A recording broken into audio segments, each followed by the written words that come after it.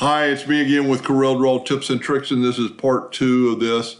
And this matching vectors, in this case, might not be that big a deal, but you could change the shape of your drawing and do like this. So we're going to take a 2-point line and just go from there to there.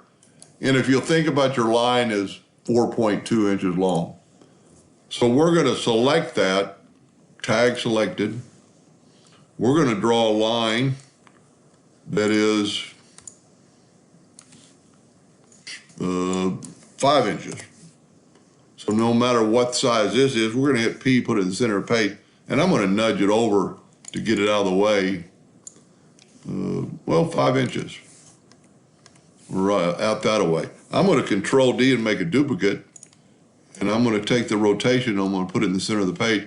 I'm going to rotate it 22.5 degrees. Control D, Control D, Control.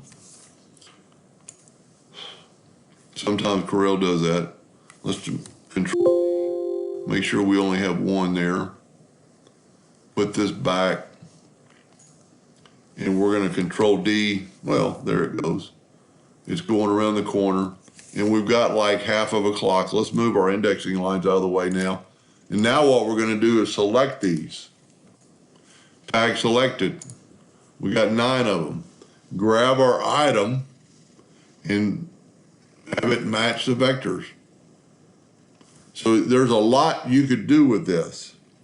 Of course, you can do that with, you could just rotated this, but I'm thinking of the possibilities of doing other things. Let's, for instance, let's make this line just 3 inches.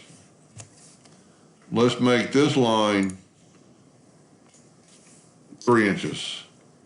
Let's make this line 3 inches. Now the other lines are 5. So let's go here. I might have to recall, go here, select these, go here, match vectors, and look, well, I could have sworn I made that one 3 inches. So now we're going to select them again. Might have to hit recall and then select our item.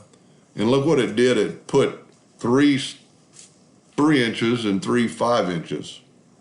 Now you still got a vector line in there, but what you could do, I'm pretty sure you can right click no line because the rest of it is kind of like a fill.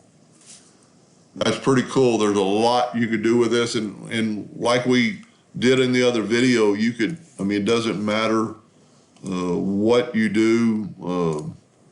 Let's just do this real quick, a pretty good trick. Let's make this 5 inches. Now if you control, let's make our nudge factor 5 inches. So I'm going to Control D and make a duplicate, but when I do that, I'm going to make the duplicate 6 inches. Now I'm going to Control D and see it made it 7, 8. Sorry about that. Control D, and it's it just keeps making them a little bit bigger each time. That's 9 inches. That's, well, it didn't do that because I kind of broke it up. So now let's take our, I'm pretty sure we got rid of our line. And I'm just kind of going off the cuff here, trying to figure out how this would work. So let's select these, recall, take our item and match the vectors. Now, I don't know why I put them upside down, but let's try this and see if we got a cure for it. It's because my lines are going upside down. And let's just take this line with the shape tool and reverse.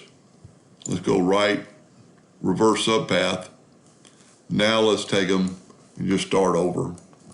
I must have drawn the line upside down. So let's Control D and move it over and make it that 6 inch.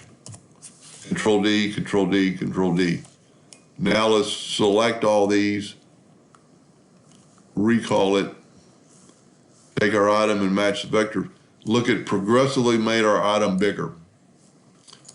And I haven't even really started playing around with all the rest it can do.